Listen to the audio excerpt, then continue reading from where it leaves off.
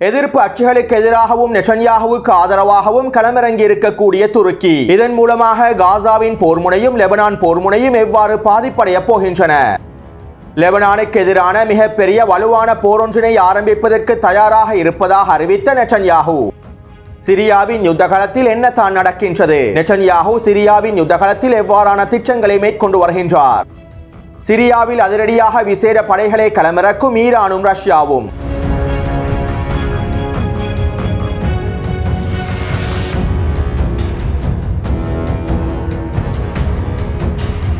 மத்திய கிழக்கு பிராந்தியத்தில் இஸ்ரேலி ஆக்கிரமிப்பு பாதுகாப்பாக இருக்க வேண்டுமாக இருந்தால், இஸ்ரேலி ஆக்கிரமிப்பின் எதிர்காலம் சிறப்பானதாக அமைய வேண்டுமாக இருந்தால் மத்திய கிழக்கு பிராந்தியம் சிதைக்கப்பட வேண்டும் என்பதே இஸ்ரேலி ஆக்கிரமிப்பினதும் அமெரிக்காவினதும் திட்டமாகும். இதற்காக பலஸ்தீனிய போராட்டத்தினை முழுமையாக முடக்குவதும் பலஸ்தீனிய போராட்டத்திற்கு ஆதரவான முனைகளை முடக்குவதும் இஸ்ரேலி ஆக்கிரமிப்பினதும் அமெரிக்காவினதும் திட்டங்களில் மிக முக்கிய பங்கை வகிக்கின்றன.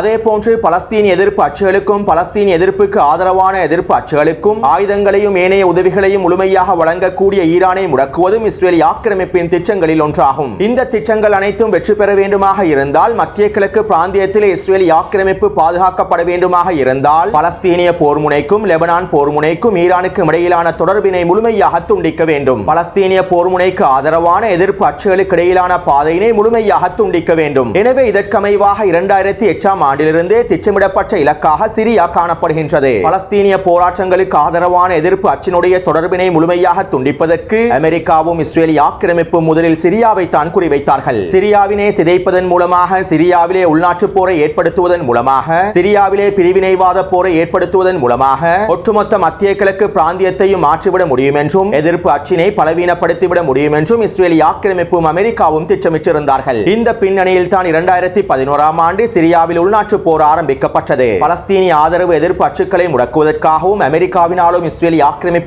வைக்கப்பட்டிருந்த ஒரு மிகப்பெரிய பொறியாகவே சிரியாவின் உள்நாட்டு போர் அமைந்திருந்தது. ஆனால் சிரியாவின் உள்நாட்டு போர் ஆரம்பிக்கப்பட்ட சந்தர்ப்பத்தில் இது அமெரிக்காவினாலும் இஸ்ரேலி ஆக்கிரமிப்பினாலும் வைக்கப்பட்டிருக்கக்கூடிய மிகப்பெரிய பொறி என்பதனை அதிகளவானோர் புரிந்து கொள்ளவில்லை. சிரியாவின் உள்நாட்டு போருக்கு ஆதரவளித்த பலரும் ஜியோனிஸ் ஆக்கிரமிப்பின் இந்த பொறியினை சரியாக புரிந்து கொள்ளவில்லை. சிரியாவிலே ஆட்சி மாற்றம் என்கின்ற பிம்பத்துடன் இந்த போரானது ஆரம்பிக்கப்பட்டாலும், எதிர்ப்பு அச்சினுடைய முதுகெலும்பை உடைக்கும் வகையிலேயே இஸ்ரேலி ஆக்கிரமிப்பும் அமெரிக்காவும் சிரியாவின் உள்நாட்டு போரை வழிநடத்தி இருந்தார்கள். இருப்பினும் சிரியாவின் இந்த உள்நாட்டு போர் மூலமாக அமெரிக்காவும் இஸ்ரேலி ஆக்கிரமிப்பும் நினைத்த அனைத்து விடயங்களையும் அவர்களால் பெற்றுக்கொள்ள முடியவில்லை. இதற்கு மிக முக்கியமான காரணங்களில் ரஷ்யா காணப்படுகின்றது. அமெரிக்காவும் இஸ்ரேலி ஆக்கிரமிப்பும் மறைமுகமாக சிரியாவின் உள்நாட்டு போரிலே களமிறங்கி இருக்கக்கூடிய வேளையில் ரஷ்யா சிரிய அரசுடன் உடன்படிக்கைகளை மேற்கொண்டு இவர்களுடைய இந்த திட்டங்களை தவிடுபடியாக்குவதற்கான வேலை திட்டங்களை முன்னெடுத்திருந்தது. ரஷ்யாவும் ஈரானும் சிரியாவில் முழுமையாக களமிறங்கியதன் மூலமாகவே அமெரிக்காவினதும் இஸ்ரேலி ஆக்கிரமிப்பினதும் சூழ்ச்சி திட்டங்கள் தோல்வியை தழுவியிருந்தன.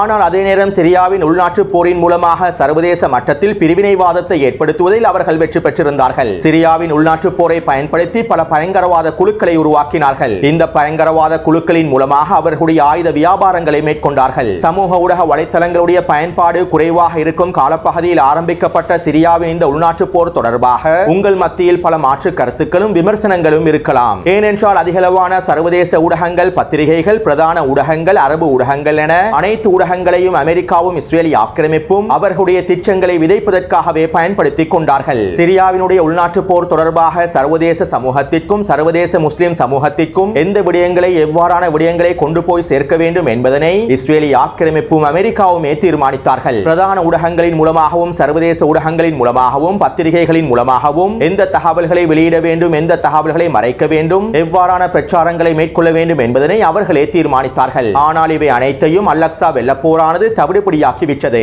மத்திய கிழக்கு பிராந்தியத்தில் அமெரிக்காவும் இஸ்ரேலி ஆக்கிரமிப்பும் பல தசாப்தங்களாக மேற்கொண்டு வந்த சூழ்ச்சி திட்டங்களையும் அவர்களுடைய காய் நகர்த்தல்கள் தொடர்பான உண்மைகளையும் அல்-அக்ஸா வெள்ளப்போரானது வெளியே கொண்டு வந்துவிட்டது. மத்திய கிழக்கு பிராந்தியத்திலே அமெரிக்காவினாலும் இஸ்ரேலி ஆக்கிரமிப்பினாலும் மேற்கொள்ளப்பட்ட பல போலி பிரச்சாரங்களுடைய உண்மை தன்மையினை அல்-அக்ஸா வெள்ளப்போர் வெளிக்கொண்டு வந்துவிட்டது. அது மட்டுமல்லாமல் மத்திய கிழக்கு பிராந்தியத்தில் பலஸ்தீனிய மக்களுக்கு ஆதரவாக, பலஸ்தீனிய போராட்டத்திற்கு ஆதரவாக எந்தெந்த நாடுகள் உண்மையாக இருக்கின்றார்கள் என்கின்ற விடயத்தையும் அல்-அக்ஸா வெள்ளப்போர் வெளிக்கொண்டு கொண்டு வந்துள்ளது. மேலும் மத்திய கிழக்கு பிராந்தியத்திலே யார் துரோகிகளாக இருக்கின்றார்கள், இஸ்ரேலிய ஆக்கிரமிப்பினதும் அமெரிக்காவினதும் அடிமை கைக்கூலிகளாக இருக்கின்றார்கள் என்கின்ற விடயத்தினையும் அல்-அக்ஸா வெள்ள போரானது வெளிச்சத்திற்கு கொண்டு வந்துள்ளது. அதே போன்று பலஸ்தீனிய போராட்டங்களுக்கும் பலஸ்தீனிய போர் முனைக்கும் சிரியாவினுடைய அரசானது மிக முக்கிய இடத்தை பிடித்திருப்பதாகவும், சிரியாவினுடைய அரசானது பலஸ்தீனிய போராட்டத்தை முழுமையாக ஆதரிப்பது மாத்திரமல்லாமல் எதிர்ப்பு கட்சிகளுக்கு இடையிலான ஒருங்கிணைப்புடன் செயற்படுவதாகவும், பலஸ்தீனிய போர் முனையிலே சிரியா மிக முக்கியமான இடத்தை பிடித்திருப்பதாகவும் ஹமாஸினுடைய தலைமைகளில் ஒருவரான ஒசாமா ஹம்தான் அவர்களும் தெரிவித்துள்ளார். இவ்வாறு ஒசாமா ஹம்தான் அவர்கள் தெரிவித்திருக்கக்கூடிய இந்த காணொளியினை நான் டெலிகிராம் சேனலிலும் பதிவிடுகின்றேன். இதே போன்று பலஸ்தீனிய போராட்டத்திற்கு சிரியா மிக முக்கிய இடத்தை பிடித்திருப்பதாகவும், இதனால் தான் ஜியோனிஸ்ட் ஆக்கிரமிப்பு சிரியாவை சிதைப்பதற்கான வேலை திட்டங்களை முன்னெடுத்திருந்ததாகவும் ஹமாஸினுடைய பல தலைமைகளும் கருத்துக்களை வெளியிட்டுள்ளார்கள். அடுத்து தற்போதைய சூழ்நிலையிலும் சிரியாவிலே மோதலை அதிகரிப்பதன் மூலமாக, சிரியாவிலே எதிர்ப்பு கட்சிகளுக்கு எதிரான தாக்குதல்களை அதிகரிப்பதன் மூலமாக நெட்டன்யாஹுவும் அமெரிக்காவும் பல இலக்குகளை அடைந்து கொள்வதற்கு முயற்சி செய்கின்றார்கள். குறிப்பாக லெபனான் யுத்தகலத்திலே இஸ்ரேலிய ஆக்கிரமிப்பு ராணுவம் தோல்வியடைந்திருப்பதனால் நெட்டன்யாஹுவுக்கு சிரியாவின் யுத்தகலமானது மிக முக்கிய தேவையாக கருதப்படுகின்றது. சிரியாவிலே மீண்டும் மோதலை அதிகரிப்பதன் மூலமாக நெட்டன்யாஹு சில முக்கியமான இலக்குகளை அடைந்து கொள்வதற்கு முயற்சி செய்கின்றார். நெட்டன்யாஹுவின் இந்த இலக்குகளில் முதலாவது ஹிஸ்புல்லாஹ் ராணுவத்தினை பலவீனப்படுத்துவதும், ஹிஸ்புல்லாஹ் ராணுவத்திற்கு தேவையான ஆயுத பரிமாற்றத்தினை முழுமையாக தடுத்து நிறுத்துவதும் உள்ளடங்குகின்றது. இதனால் தான் லெபனானில் தற்காலிக யுத்த நிறுத்தத்தினை நெட்டன்யாஹு அறிவித்து 2 மணித்தியாலங்களுக்குள் எஸ்டிஎஸ் பயங்கரவாதிகள் எலப்போ பிரதேசத்தின் மீது தாக்குதல்களை ஆரம்பித்திருந்தார்கள். இவ்வாறு ஆரம்பிக்கப்பட்ட ஆக்கிரமிப்பு தாக்குதல்கள் நெட்டன்யாஹுவின் திட்டத்துடன் ஒருங்கிணைக்கப்பட்டிருப்பதனை உறுதிப்படுத்துகின்றது. குறித்த வரைபடத்திலே இலக்கம் ஒன்றினால் காண்பிக்கப்பட்டிருக்கக்கூடிய பிரதேசம் எலப்போ பிரதேசமாகும். இந்த எலப்போ பிரதேசத்தினை கைப்பற்றுவதற்கான தாக்குதல்களை தான் எஸ்டிஎஸ் பயங்கரவாதிகள் ஆரம்பித்துள்ளார்கள். மேலும் இந்த எலப்போ பிரதேசத்தினை இவர்கள் முழுமையாக கைப்பற்றி விடுவார்களாக இருந்தால் அது லெபனான் போர் முனைக்கு மிகப்பெரிய இழப்பாக மாறிவிடும். ஏனென்றால் ஈரானிய தரப்பினர் சிரியாவின் எலப்போ பிரதேசத்தின் ஊடாகத்தான் லெபனானுக்கு தேவையான ஹிஸ்புல்லாஹ் ராணுவத்திற்கு தேவையான ஆயுத பரிமாற்றத்தினை மேற்கொள்கின்றார்கள். எலப்போ பிரதேசத்திலே சிரியாவின் அரசு அரபு இராணுவமும் ரஷ்ய படைகளும் ஈரானிய படைகளும் களமிறக்கப்பட்டுள்ளார்கள். எனவே ரஷ்யாவின் உதவியை பயன்படுத்தி ஈரானிய தரப்பினர் எலப்போ பிரதேசத்தினூடாக லெபனானுக்கு தேவையான ஆயுத பரிமாற்றத்தினை இலகுவாக மேற்கொள்ளலாம். எனவே எஸ்டிஎஸ் பயங்கரவாதிகளினால் தற்போது எலப்போ பிரதேசம் முழுமையாக கைப்பற்றப்படுமாக இருந்தால் ஹிஸ்புல்லாஹ் ராணுவத்திற்கான ஒட்டுமொத்த ஆயுத பரிமாற்றமும் முழுமையாக தடைபட்டுவிடும். எனவே லெபனானில் ஏற்படுத்தப்பட்ட தற்காலிக யுத்த நிறுத்தத்திற்கும் ஹிஸ்புல்லாஹ் ராணுவத்தினை பலவீனப்படுத்தும் நெட்டன்யாஹுவுடைய திட்டத்திற்கும் எலப்போ மீதான எஸ்டிஎஸ் படைகளுடைய தாக்குதல்களுக்கும் நெருங்கிய தொடர்புகள் இருக்கின்றது என்பதனை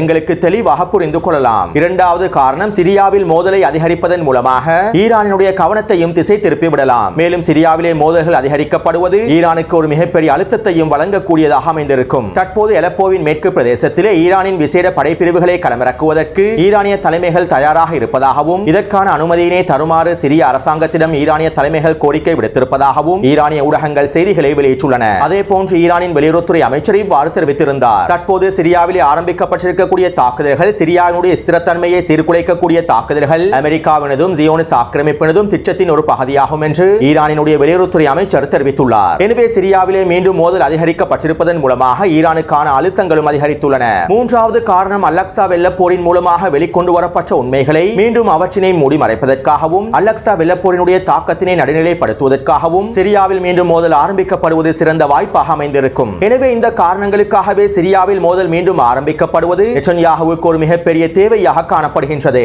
அடுத்து இங்கிருக்கக்கூடிய மிக முக்கியமான விடயம், எலப்போ மீதான ஆக்கிரமிப்பு தாக்குதல்களில் துருக்கிய தரப்பினரும் சம்பந்தப்பட்டிருப்பது. இலக்கம் ஒன்றினாலும் செம்மஞ்சள் நிறத்தினாலும் காண்பிக்கப்பட்டிருக்கக்கூடிய பிரதேசம் சிரியாவின் அரசின் கட்டுப்பாட்டுக்கு கீழால் இருக்கக்கூடிய பிரதேசமாகும். சிரியாவின் 65% பிரதேசங்கள் சிரிய அரசினுடைய கட்டுப்பாட்டிலேயே உள்ளது. மேலும் செம்மஞ்சள் நிறத்தினால் காண்பிக்கப்பட்டிருக்கக்கூடிய பிரதேசங்களில் தான் ரஷ்ய படைகளும் ஈரானின் IRGC குதுஸ் படைகளும் களமிறக்கப்பட்டுள்ளார்கள். செம்மஞ்சள் நிறத்தினால் காண்பிக்கப்பட்டிருக்கக்கூடிய பிரதேசத்தின் எல்லை பிரதேசங்களிலேயே ரஷ்ய படைகளும் ஈரானின் IRGC குதுஸ் படைகளும் அதிகமாக நிலைநிறுத்தப்பட்டுள்ளார்கள். அதே போன்று இலக்கம் 2னாலும் கடும் பச்சை நிறத்தினாலும் காண்பிக்கப்பட்டிருக்கக்கூடிய பிரதேசம் STS இன் கட்டுப்பாட்டிற்கு கீழால் இருக்கக்கூடிய பிரதேசமாகும். குறித்த பிரதேசமானது இதிலிப் பிரதேசம் என்று அழைக்கப்படுகின்றது. இந்த பிரதேசத்தில் தான் அதிகமாக ISIS பயங்கரவாதிகளும் அல் நுஸ்ரா பயங்கரவாதிகளும் காணப்படுகின்றார்கள். இந்த ISIS பயங்கரவாதிகளுடைய அல் நுஸ்ரா பயங்கரவாதிகளுடைய கூட்டு கலவையாகத்தான் STS பயங்கரவாத படை காணப்படுகின்றது. இன்னும் தெளிவாக குறிப்பிடுவதாக இருந்தால் தற்போது STS பயங்கரவாத படையினுடைய தலைமைகளாக காணப்படுபவர்கள் ISIS பயங்கரவாதிகளின் முன்னாள் தலைமைகளாகவும் அல் நுஸ்ரா பயங்கரவாதிகளின் முன்னாள் தலைமைகளாகவும் செயற்பட்டுள்ளார்கள். அத்தோடு குறித்த பிரதேசத்தினை கட்டுப்பாட்டில் வைத்திருக்கக்கூடிய STS படைக்குழுக்களுக்கு இஸ்ரேலிய ஆக்கிரமிப்பு நேரடியாகவும் மறைமுகமாகவும் உதவிகளை வழங்குகின்றது. STS படைகளுக்கு தேவையான ஆயுத உதவிகள், பண உதவிகள், மருத்துவ உதவிகள் என அனைத்து விதமான உதவிகளும் இஸ்ரேலிய ஆக்கிரமிப்பினால் வழங்கப்படுகின்றன. அதே போன்று அமெரிக்காவும் நேட்டோவும் துருக்கியின் மூலமாக STS பயங்கரவாத படைகளுக்கு தேவையான எல்லா விதமான உதவிகளையும் வழங்குகின்றன. அதே போன்று எஸ்டிஎஸ் படைக்குழுக்கள் பயன்படுத்துவதற்கான போர் வாகனங்களை துருக்கி அரசானது நேரடியாக வழங்கியுள்ளது. எனவே சுருக்கமாக குறிப்பிடுவதாக இருந்தால் எஸ்டிஎஸ் படைக்குழுக்களுக்கு அமெரிக்காவும் நேட்டோவும் இஸ்ரேலி ஆக்கிரமிப்பும் துருக்கியும் எல்லா விதமான உதவிகளையும் வழங்குகின்றன. அடுத்து இலக்கம் 3 காண்பிக்கப்பட்டிருக்கக்கூடிய இளம் பச்சை நிறத்திலான பிரதேசம் சிரியாவின் இன்டரிம் கவர்மெண்டினுடைய கட்டுப்பாட்டுக்கு கீழால் இருக்கக்கூடிய பிரதேசமாகும். இதனை சிரியாவின் எதிர்க்கட்சி அரசு என்றும் அழைப்பார்கள். மேலும் குறித்த பிரதேசத்தில் இருக்கக்கூடிய குழுக்களையும் சில பயங்கரவாத குழுக்களையும் ஒன்றிணைத்து சிரியாவின் எதிர்க்கட்சி அரசானது ஒரு இராணுவத்தினை உருவாக்கியுள்ளது. இதற்கு சிரியன் நேஷனல் ஆர்மி, சிரியாவின் தேசிய இராணுவம் என பெயர் வைத்துள்ளார்கள். மேலும் இவர்களை துருக்கியினால் வழிநடத்தக்கூடிய ஃப்ரீ சிரியன் ஆர்மி என்றும் அழைப்பார்கள். அதாவது இலக்கம் 3 காண்பிக்கப்பட்டிருக்கக்கூடிய இளம் பச்சை நிறத்திலான பிரதேசம் துருக்கியினுடைய கட்டுப்பாட்டிலேயே இருக்கின்றது. துருக்கியினுடைய கட்டுப்பாட்டில் தான் சிரியாவின் எதிர்க்கட்சி அரசும் காணப்படுகின்றது. துருக்கி, தஜிகிஸ்தான் ஆகிய பிரதேசங்களில் இருக்கக்கூடிய படைக்குழுக்களையும் ஒன்று சேர்த்து துருக்கி அரசானது சிரியாவின் நேஷனல் ஆர்மியை உருவாக்கியுள்ளது. இந்த படைகளுக்கு தேவையான எல்லா விதமான ஆயுதங்களையும் இராணுவ உதவிகளையும் துருக்கி அரசானது நேரடியாக வழங்குகின்றது. துருக்கியினுடைய ட்ரோன்கள், துருக்கியினுடைய போர் வாகனங்கள் என்பன இவர்களுக்கு முழுமையாக வழங்கப்பட்டுள்ளன. அடுத்து இலக்கம் 4 காண்பிக்கப்பட்டிருக்கக்கூடிய மஞ்சள் நிற பிரதேசமானது குர்திஷ் படைகளின் கட்டுப்பாட்டிற்கு கீழ் இருக்கக்கூடிய பிரதேசமாகும். இந்த பிரதேசத்திலே சிரியன் டெமோக்ராட்டிக் போர்ஸ் என்கின்ற படையானது காணப்படுகின்றது. இதனை எஸ்டிஎஃப் படைகள் என்றும் அழைப்பார்கள். அத்தோடு இந்த குர்திஷ் படைகளுக்கு தேவையான முழுமையான ஆதரவினை அமெரிக்கா வழங்குகின்றது. சிரியாவின் வடகிழக்கு பிரதேசத்தில் இருக்கக்கூடிய இவர்களுக்கு தேவையான எல்லா விதமான ஆயுதங்களையும் இராணுவ உபகரணங்களையும் அமெரிக்க அரசானது முழுமையாக வழங்குகின்றது. இதனால் தான் சிரியாவின் வடகிழக்கு பிரதேசமான டேரெசோர் பிரதேசத்திலே அமெரிக்காவின் 3 சட்டவிரோத இராணுவ தளங்களும் காணப்படுகின்றன. மேலும் குறித்த பிரதேசத்தில் இருக்கக்கூடிய எண்ணெய் கிணறுகளையும் அமெரிக்கா கைப்பற்றிக் கொண்டுள்ளது. அடுத்து இலக்கம் 5 காண்பிக்கப்பட்டிருக்கக்கூடிய பிரதேசம் அமெரிக்காவின் நேரடியான கட்டுப்பாட்டுக்கு கீழால் இருக்கக்கூடிய பிரதேசமாகும். குறித்த பிரதேசத்தில் அமெரிக்க இராணுவ படைகள் களமிறக்கப்பட்டுள்ளன. இந்த பகுதியில் தான் அல்டனாஃப் அமெரிக்க இராணுவ கட்டளை தளமும் காணப்படுகின்றது. மேலும் குறித்த பிரதேசத்திலிருந்தும் பல பயங்கரவாதிகளுக்கு பயிற்சிகள் வழங்கப்படுவதாக மத்திய கிழக்கு ஆய்வாளர்கள் ஆதாரங்களுடன் சில கருத்துக்களையும் முன்வைத்திருந்தார்கள். அதே போன்று இலக்கம் 6 காண்பிக்கப்பட்டிருக்கக்கூடிய பிரதேசம் ஆக்கிரமிக்கப்பட்ட கோலன் குன்று பிரதேசமாகும். சிரியாவின் இந்த பிரதேசத்தினை தற்போது இஸ்ரேலி ஆக்கிரமிப்பை முழுமையாக கைப்பற்றி வைத்துள்ளது. எனவே தற்போது இலக்கம் 2 காண்பிக்கப்பட்டிருக்கக்கூடிய இதிலிப் பிரதேசத்திலிருந்தே அலப்போவுக்கு எதிரான தாக்குதல்கள் ஆரம்பிக்கப்பட்டுள்ளன. எஸ்டிஎஸ் பயங்கரவாதிகளும் துருக்கி ஆதரவு படைகளும் ஒன்றிணைந்தே குறித்த பிரதேசத்தினூடாக தாக்குதல்களை ஆரம்பித்துள்ளார்கள். இந்த வரைபடத்திற்கு அமைவாக அலப்போ பிரதேசத்தினை கைப்பற்றுவதற்காக 8க்கும் அதிகமான பிரதேசங்களினூடாக தாக்குதல்களை ஆரம்பித்துள்ளார்கள் என்பதனையும் எங்களுக்கு தெளிவாக புரிந்து கொள்ளலாம். அத்தோடு இந்த தாக்குதலின் போது எஸ்டிஎஸ் படையினர் நேற்று ஆயுதங்களை பயன்படுத்தி இருப்பதற்கான ஆதாரங்களும் வெளிக்கொண்டு வரப்பட்டிருப்பதாகவும் தெரிவிக்கப்படுகின்றன. அது மட்டுமல்லாமல் எஸ்டிஎஸ் பயங்கரவாத படைகளுக்கு உதவுவதற்காக துருக்கியானது சிரியாவுடனான எல்லையை திறந்திருப்பதாகவும் இந்த எல்லையின் மூலமாக துருக்கியினால் பயிற்சி வழங்கப்பட்ட அதிகளவான குழுக்கள் சிரியாவுக்குள்ளே நுழைந்திருப்பதாகவும் எஸ்டிஎஸ் படைகளுடன் ஒன்றிணைந்து தாக்குதல்களை மேற்கொள்வதற்கு ஆரம்பித்திருப்பதாகவும் தெரிவிக்கப்படுகின்றன. மேலும் இந்த தகவல்களை அல் மாயாதீன் ஊடகமும் உறுதிப்படுத்தியுள்ளது. அது மட்டுமல்லாமல் எஸ்டிஎஸ் படைப்பிரிவின் முன்வரிசையில் உக்ரைன் படைப்பிரிவுகளுடைய தளபதிகளும் துருக்கிய படைப்பிரிவுகளின் தளபதிகளும் களமிறங்கி இருப்பதாகவும் அல் மாயாதீன் ஊடகமானது உறுதிப்படுத்தப்பட்ட செய்திகளை வெளியிட்டுள்ளது. அடுத்து இவர்களை எதிர்ப்பதற்காக ரஷ்ய படைகளும் சிரியாவின் அரபு இராணுவ படைகளும் ஈரானின் IRGC குதுஸ் படைகளும் உச்சக்கட்ட தாக்குதல்களை மேற்கொண்டு வருகின்றார்கள். இந்த தாக்குதல்களில் பல முக்கியமான எஸ்டிஎஸ் தலைமைகள் அளிக்கப்பட்டிருப்பதாகவும் 400க்கும் அதிகமான பயங்கரவாதிகள் அளிக்கப்பட்டிருப்பதாகவும் சிரியாவின் அரசு அரபு இராணுவம் தெரிவித்துள்ளது. அதே போன்று IRGC குதுஸ் படையினுடைய மிக முக்கியமான தளபதிகளில் ஒருவரான பிரிகேடியர் ஜெனரல் ஹாஷிம் அவர்களும் படுகொலை செய்யப்பட்டிருப்பதாக தெரிவிக்கப்படுகின்றது. எனவே குறித்த பிரதேசத்தில் தற்போது இரு தரப்பினருக்கும் இடையிலே உச்சக்கட்ட மோதல்கள் நடைபெற்று வருகின்றன. இந்த மோதல்களில் எஸ்டிஎஸ் படைகளும் துருக்கி ஆதரவு படைகளும் வெற்றி பெறுவார்களாக இருந்தால் ஹிஸ்புல்லாஹ் இராணுவத்திற்கு தேவையான எல்லா விதமான ஆயுத பரிமாற்றமும் முழுமையாக தடுத்து நிறுத்தப்படும். மேலும் இது பலஸ்தீனிய போர் முனைக்கும் மிகப்பெரிய இழப்பை ஏற்படுத்தும். எனவே சுருக்கமாக குறிப்பிடுவதாக இருந்தால் எதிர்ப்பற்றுகளுக்கு எதிரான நெட்டன்யாகுவின் திட்டத்திற்கு துருக்கி அரசானது முழுமையான ஆதரவினை வழங்கியுள்ளது. துருக்கி உடன்படிக்கைகளை மீறி இந்த தாக்குதல்களை மேற்கொண்டிருப்பது,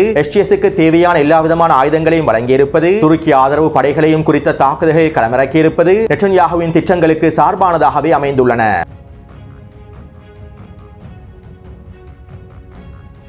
வடக்கு காசாவினை முழுமையாக முற்றுகையிட்டு உணவுப் பொருட்களையும் நிவாரணப் பொருட்களையும் வடக்கு காசாவிற்குள்ளே நுழைவதனை முழுமையாக தடுத்து நிறுத்தி வடக்கு காசாவில் இருக்கக்கூடிய பலஸ்தீனிய மக்களை முழுமையாக வெளியேற்றி வடக்கு காசாவிலே உச்சக்கட்ட தரைவலை தாக்குதல்களை மேற்கொண்டு வடக்கு காசாவை முழுமையாக கைப்பற்றுவதுதான் இஸ்ரேலி ஆக்கிரமிப்பு ஜெனரல்களுடைய திட்டமாக அமைந்திருந்தது. இருப்பினும் தற்போது பலஸ்தீனிய போராளிகளின் தொடர்ச்சியான தாக்குதல்களின் விளைவாக இஸ்ரேலி ஆக்கிரமிப்பு ஜெனரல்களுடைய திட்டமானது தோல்வியடைந்திருப்பதாக ஹமாஸினுடைய தலைமைகள் அல் மாயாதீன் ஊடகத்திடம் தெரிவித்துள்ளார்கள். அதே போன்று காசாவிலே யுத்த நிறுத்தத்தினை ஏற்படுத்துவதற்கான பேச்சுவார்த்தைகள் முயற்சிகள் ஆரம்பிக்கப்பட்டிருப்பதாகவும் தெரிவிக்கப்படுகின்றது. இதற்கமைவாக அடுத்த வாரம் ஹமாஸின் பிரதிநிதிகள் எகிப்துக்கு விஜயம் செய்ய இருப்பதாகவும் தெரிவிக்கப்படுகின்றன. அடுத்து பலஸ்தீனிய போராளிகள் காசாவிலே தொடர்ச்சியான தாக்குதல்களை மேற்கொண்டு வருகின்றார்கள். இதற்கமைவாக உமர் அல் காசிம் படையினர் ஜபலியாவின் கிழக்கு பிரதேசத்திலே ஒரு மெர்காவா போர் தங்கி வாகனத்தை அளித்துள்ளார்கள். மேலும் குறித்த பிரதேசத்திலே நிலை கொண்டிருக்கக்கூடிய இஸ்ரேலி ஆக்கிரமிப்பு படைகளுக்கு எதிரான தாக்குதல்களை மேற்கொண்டுள்ளார்கள். அதே போன்று அல் அக்ஸா படையினர் ஜபலியாவின் மேற்கு பிரதேசத்திலே ஒரு மெர்காவா போர் தங்கி வாகனத்தை அளித்துள்ளார்கள். எனவே நேற்று மாலை 6 மணியிலிருந்து இன்று மாலை 6 மணி வரையில் கிடைக்கப்பெற்ற தகவல்களுக்கு அமைவாக காசாவின் யுத்தகலத்தில் 2 மெர்காவா போர் தங்கி வாகனங்கள் அளிக்கப்பட்டுள்ளன.